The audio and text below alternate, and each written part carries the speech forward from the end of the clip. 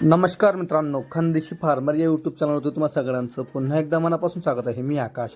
मित्रांनो, उद्या 1 जानेवारी 2025 रोजी म्हणजेच नवीन वर्षाची पहिली गाडी विजुबो वेळे यांची नवीन वर्षाची ही गाडी चाळीसगावमध्ये येणार आहे. मित्रांनो, या गाडीमध्ये टोटल 72 काठेवाडी शेळी असणार. हे 72 पैकी 42 शेळी गाभणी व उर्वरित 30 शेळी मित्रांनो तुम्हाला दुधाची बघायला भेटणार आहे. आता तुम्हाला व्हिडिओच्या माध्यमातून गाभणी तोलावरची शेळ्या बघायला भेटत आहे. मित्रांनो, ही संपूर्ण क्वालिटी चाळीसगावमध्ये उद्या येणार आहे. जर तुम्हाला खरेदी करायचं असेल तर विजू वेळे व त्याचबरोबर संदीप वेळे यांचा मोबाईल नंबर दिलेला आहे. फुल तोलावरच्या शेळ्या मित्रांनो तुम्हाला बघायला भेटत आहेत. ही क्वालिटी मित्रांनो उद्या चाळीसगावमध्ये 1 जानेवारी 2025 रोजी तुम्हाला बघायला व घ्यायला भेटणार आहे. एकदा क्वालिटी बघा. शिंगडी पगडी चेहरा पट्टी व मित्रांनो मोजून दुसऱ्या तिसऱ्या वेताच्या शेळ्या तुम्हाला या बघायला भेटणार आहेत. तर मोबाईल नंबर दिलेला आहे. घ्यायचा असेल तर नक्की संपर्क साधा. मित्रांनो, तुम्हाला या व्हिडिओमध्ये ज्या शेळ्या त्यांनी घेतलेल्या आहेत संपूर्ण शेळ्या तुम्हाला व्हिडिओच्या माध्यमातून बघायला भेटणार आहे. त्याचबरोबर मित्रांनो, व्हिडिओच्या शेवटमध्ये तुम्हाला काही गुजरात दर्शन देखील होणार आहे. गुजरात दर्शन म्हणजे मित्रांनो तिकडचे काही पाहण्यासारखे जे आहे ते तुम्हाला बघायला भेटणार आहे. जसं की प्राणी संग्रहालय वगैरे असेल किंवा उद्यान वगैरे असेल ते तुम्हाला बघायला भेटणार आहे. तर व्हिडिओ शेवटपर्यंत बघा म्हणजे तुम्हाला गुजरातचं उद्यान व प्राणी संग्रहालय बघायला भेटणार आहे ना. तर त्या अगोदर तिकडचं शेळीपालन बघा. शेळीपालन आपण तुम्हाला नेहमीच व्हिडिओच्या माध्यमातून दाखवत असतो, पण सध्या मयूरभाऊ वेळे जे तिकडे खरेदीला जात असतात तिकडचं जे वातावरण आहे तिकडे काही पाहण्यासारखं असेल ते देखील आपल्याला दाखवत असतात. बघा, या व्हिडिओमध्ये तुम्हाला एक वॉल कंपाऊंड दाखवता येते की कशा पद्धतीने वॉल कंपाऊंड तिकडे केलेलं आहे ना. भिंत आहे, भिंतीच्या वरती काठी टाकलेले म्हणजे कोणीही चोर काठीवर कुदणार नाही किंवा कुठलंही जंगली जनावर असेल जनावर ते काठीवरनं इकडे येणार नाही, त्यासाठी केलेलं होतं. मित्रांनो, चरताना तिकडे बघा बोरी काठी पेटी याच्यावरती शेळ्या चरत असतात.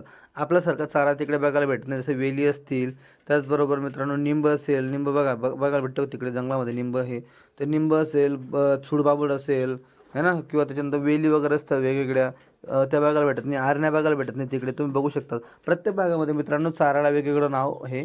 तर हे बघा काटे बाबू दिसत आहे. काटेरी बाबूच्या जर तुम्हाला तिथं काही शेंगा वगैरे पडले असतील तर ते खाताना शेळे तुम्हाला दिसतील.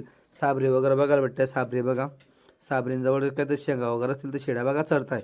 आपल्याला कासी उचकायचं काम नाही, डायरेक्ट ऑटोमॅटिक सगळ्या कासी बघायला भेटत आहेत. गाभणी शेळ्यांच्या कासी मित्रांनो बघा तुमच्या लक्षात येऊन जाईल. तोलावरच्या शेळ्या मित्रांनो एकदम कासी सोडून दिलेल्या आहेत. जवळ आलेल्या शेळ्या मित्रांनो तोलावरच्या हे बघा संपूर्ण शेळ्या मित्रांनो तुम्हाला दाखवत आहे. संपूर्ण शेळ्या त्यांनी खरेदी केलेल्या शेळ्या आहेत. या सगळ्या शेळ्या चाळीसगावमध्ये येतील.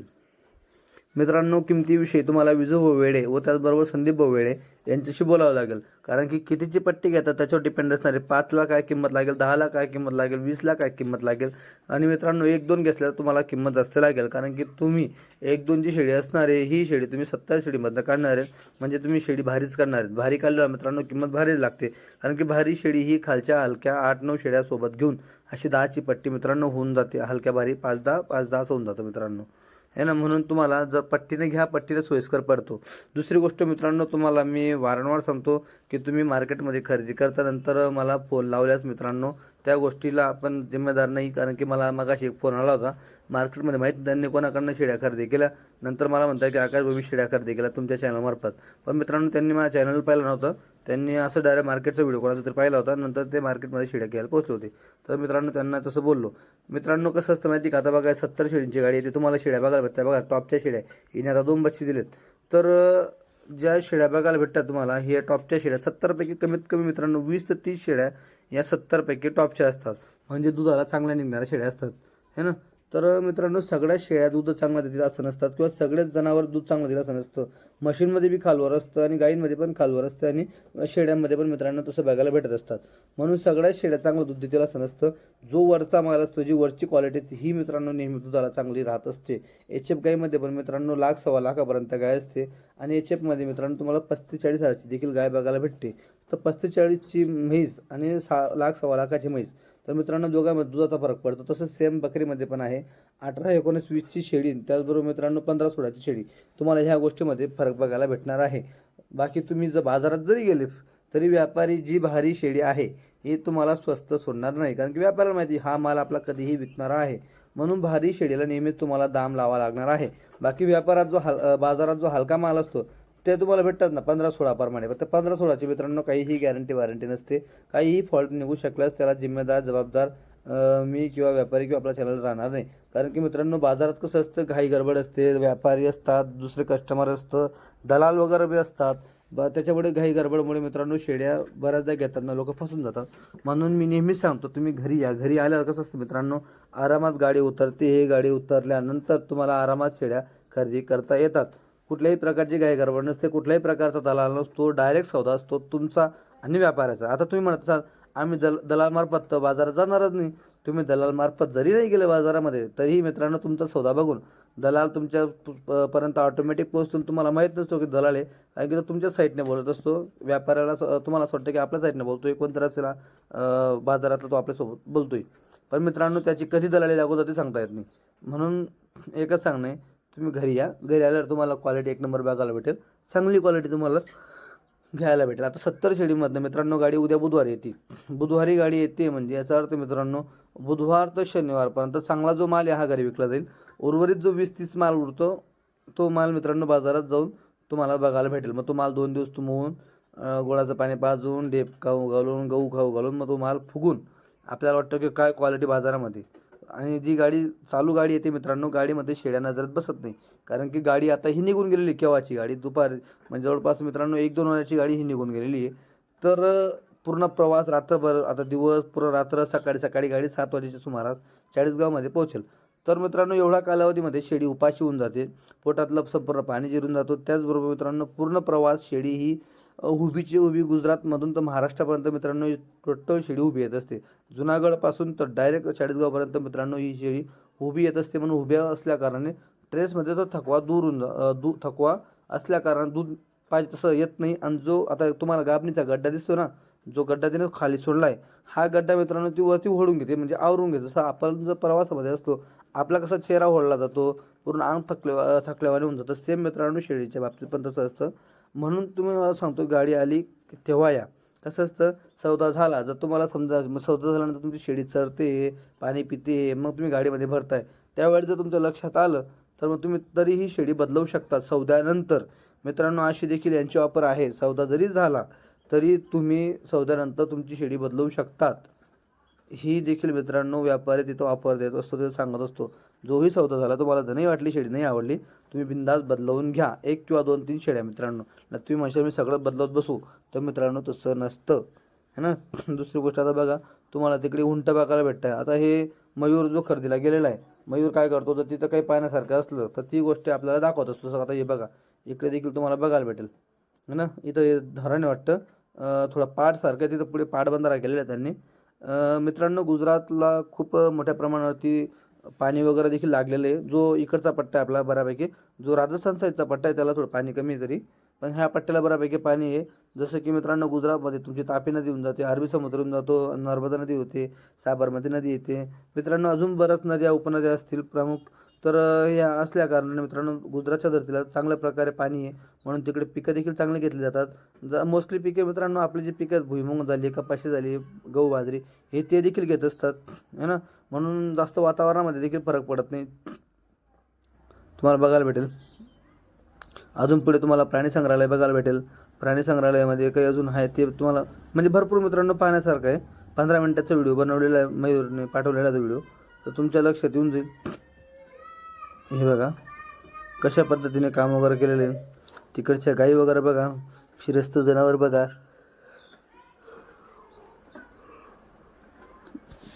मित्रांनो म्हटलं जातं गुजरातच्या धर्तीला खूप वरदान असं म्हटलं जातं दुधाचं. कारण की गुजरातमध्ये तुम्हाला जाफराबादी म्हशी, गीर म्हशी, त्यानंतर कजबुच्च्या म्हशी, या 3 प्रकारच्या म्हशी ज्या दुधाला असतात. मित्रांनो कजबुच्ची जी म्हैस ही चरून फिरून देखील दूध देते. जाफराबादी पण आहे, चरण्यासाठी पण आहे, बंदिस्त पण आहे. त्याचबरोबर तुम्हाला बघायला भेटेल काठवाडी गाय, गीर गाय, रेंडी गाय, कांक्रेज गाय, या पण मित्रांनो दुधाला चांगल्या आहेत है ना. आता काठवाडी बकरी असेल, काठवाडी मेंढी असेल. आता हे प्राणी संग्रहालयाची व्हिडिओ मित्रांनो, हे पुतळे स्टॅच्यू आहे तुम्ही बघू शकतात. काहीतरी काउंटर दाखवत आहे, काउंटरवरती कोणतरी बसलेलं आहे, तशा पद्धतीने शो करतायत. मित्रांनो असं वाटतं की हे प्राणी संग्रहालय पाहून असं वाटतं की इथं डायनासोरबद्दल काहीतरी महत्त्वाचं आहे. बहुतेक डायनासोरचे हाड वगैरे असतील किंवा काही गोष्टी असतील, तुम्हाला पुढे बघायला भेटणारच आहे. डायनासोर तर आपल्या पृथ्वीवरनं बऱ्याच वर्षापासून अलिप्त झालेले आहेत. नाही आहेत तिथं डायनासोर आपल्या धरतीवर नाहीच आहेत. पण यांनी काहीतरी दाखवलेलं आहे. ॲनिमेशन तुम्हाला दाखवत आहे. डायनासोर आता हे बघा डायनासोर तुम्हाला बघायला भेटेल. कसं असतं काय असतं डायनासोरचा जन्म कसा होता त्याचं एक सगळं व्हिडिओ वगैरे शूट केलेलं आहे. तिथं सगळं दाखवलं जात असतं है ना. आता बघा काउंटरवरती एक लेडी आहे. ती पण तिच्या काहीतरी कामात असेल असं दाखवलेलं आहे, शो केलेलं आहे. त्याच्यासमोर बघा दगड दिसतोय काहीतरी. हा पण दगड मित्रांनो काहीतरी कामाचं असेल. तर प्राणी वस्तू संग्रहालय असेल. आता वस्तू संग्रहालय याच्यामध्ये सगळ्या गोष्टी त्याने ठेवलेल्या असतात. हे बघा पुढं तुम्हाला प्राणी संग्रहालय पण बघायला भेटेल. म्हणजे ओरिजिनल प्राणी नाही आहेत, पुतळे वगैरे त्यांनी स्टॅच्यू वगैरे मूर्त्या वगैरे घडवून ठेवलेल्या आहेत. ते तुम्हाला बघायला भेटेल.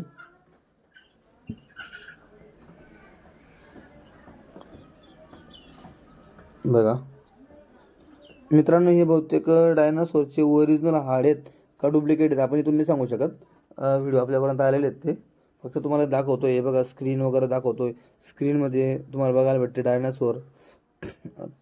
आता पिक्चरमधले असतील का ओरिजिनल नसते, पिक्चरमधले असतील ते शूट केलेले तसे बनवलेले ॲनिमेशन. हे बघा अंड्यातनं डायनासोर निघेल. हे मुलं खेळतात बघा मित्रांनो. हे बघण्यासाठी 500 रुपये फीज होती.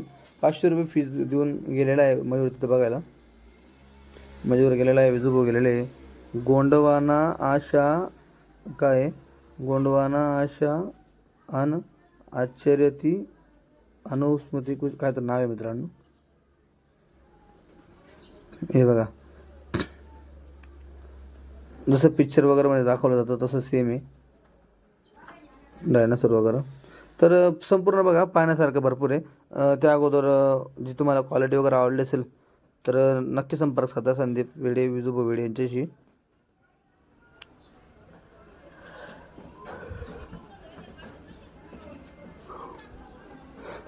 हे बघा तर चला मित्रांनो व्हिडिओ संपूर्ण कंटिन्यू बघा. व्हिडिओ लाईक करा. तुमचे कमेंट्स ते सांगा. जर तुम्ही चॅनलवरती नवीन असाल तर चॅनलला आत्ता सबस्क्राईब करा म्हणजे जेणेकरून तुमच्यामध्ये अशी नवनवीन व्हिडिओ येतील. आणि दुसरी गोष्ट मित्रांनो जी गाडी येते गाडीमध्ये काय लाईव्ह सौदा असणार आहे, काय किमती असतील शेडिंगच्या हे तुम्हाला आपल्या व्हिडिओच्या माध्यमातून बघायला भेटेल. म्हणून चॅनलला सबस्क्राईब करा कारण की उद्या आपण गाडीसोबत जाणार आहे म्हणून तुम्हाला लाईव्ह सौदा दाखवेल. तुम्हाला लाईव्ह तो जो आता कंटिन्यू आपल्या चॅनलला जुळला आहे कधीपासून पाहतोय त्यांना समजतं आहे की रोज किती कस्टमर येते, किती लोक शेड्या घेऊन चालले. काही लोक 2-2, 3-3 वेळेस घेऊन जात आहे मित्रांनो. जे सक्सेस झाले 2-2, 3-3दा घेऊन जात आहे आणि जे नाही झाले ते नाही येत. त्यांना बघून देखील काही लोक येत नाही मित्रांनो. आपण बऱ्याचदा कसं असतं माहिती का लोकांना बघून करत असतो. जर कोणी समजा पैसे कमावायला लागला किंवा काही नाही त्यांनी सक्सेस केला तर त्याला बघून आपण करत असतो. आणि जर समजा एखादी फेल झाला त्याला बघून आपण परत करत नाही असं होऊन जातं. तर प्रत्येक माणसाचा वेगवेगळा स्वभाव असतो, ज्याची त्याची जिद्द वेगळी असते. आता तिकडे गुजरातमध्ये एवढ्या मोठ्या प्रमाणावरती लोक शेळीपालन करत असतात कारण की त्यांचं पारंपरिक शेळीपालन आहे. त्यांचं वडिलोपार्जित शेळीपालन आहे. तर त्यांना कुठल्याही प्रकारचा क्लासेस वगैरे लावायची गरज पडत नाही किंवा काही करायची गरज पडत नाही. तर व्हिडिओ कंटिन्यू बघा.